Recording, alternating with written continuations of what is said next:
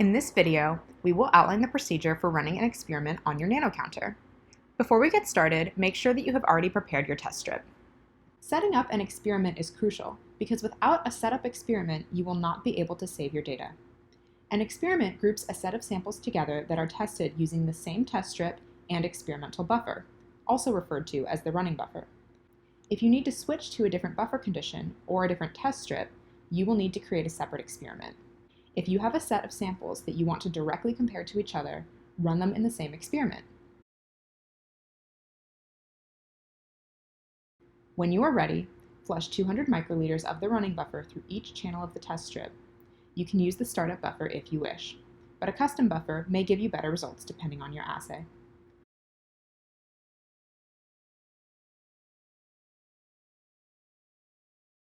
Update the active buffer.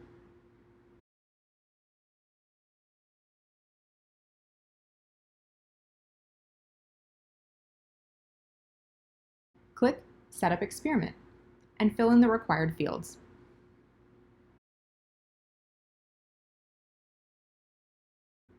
Select Add Buffer.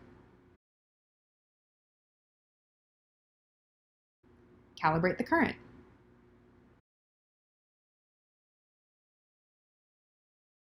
Turn on voltage and check that your baseline current is stable. If it is unstable, you can click Zap a few times to try and clear any clogs that may be present.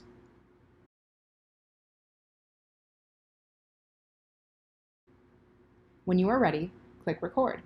The software will now begin saving your data. We recommend recording buffer for 1 to 3 minutes to get an accurate picture of pore health before proceeding. The timer in the top center of your screen tells you how long you have been recording.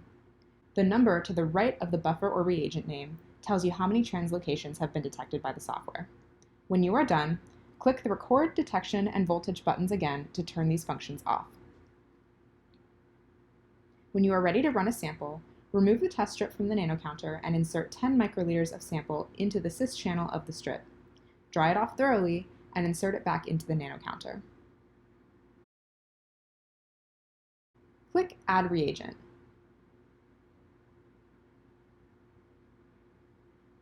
Give your reagent a name and fill in any extra details.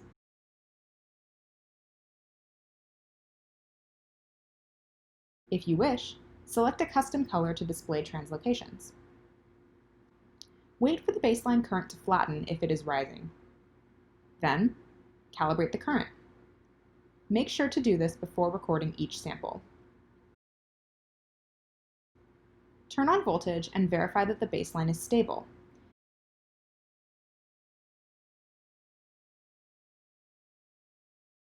Turn on Record. You will now see molecules translocating through the nanopore represented by downward spikes on the live data plot. Each spike is plotted on the translocation graph.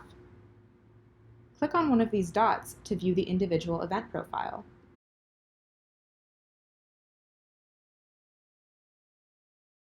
If the baseline suddenly becomes unstable, your pore is likely clogged. Click the lightning bolt in the top right corner to apply pulses of high voltage to the pore. This will help clear clogs.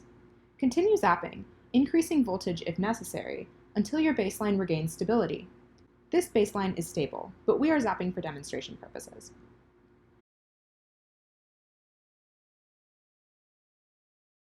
When you are done collecting data, turn off Record, Detection, and Voltage. Remove the test strip. To prepare the pore for another sample, or for a post-experiment pore evaluation, we have a recommended flushing procedure. Flush the sys channel once with 200 microliters of the startup buffer.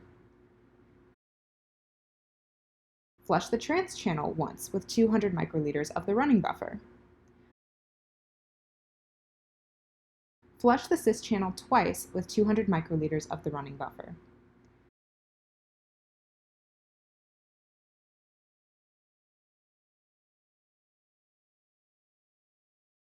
This procedure is effective in cleaning out the old sample from the test strip.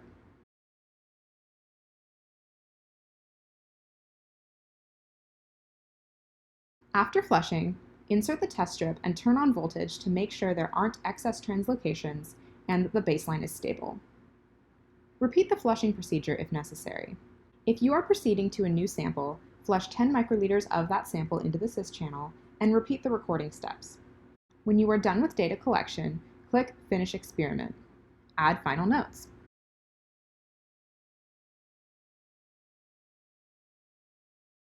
Proceed to a post-experiment pore evaluation. If your pore health significantly changed during data collection, it is important to take note. A changing pore can affect data quality. The post-experiment pore evaluation is there to help you assess the health of your pore after use. It is also helpful for making the decision about whether to reuse the test strip in a new experiment or not.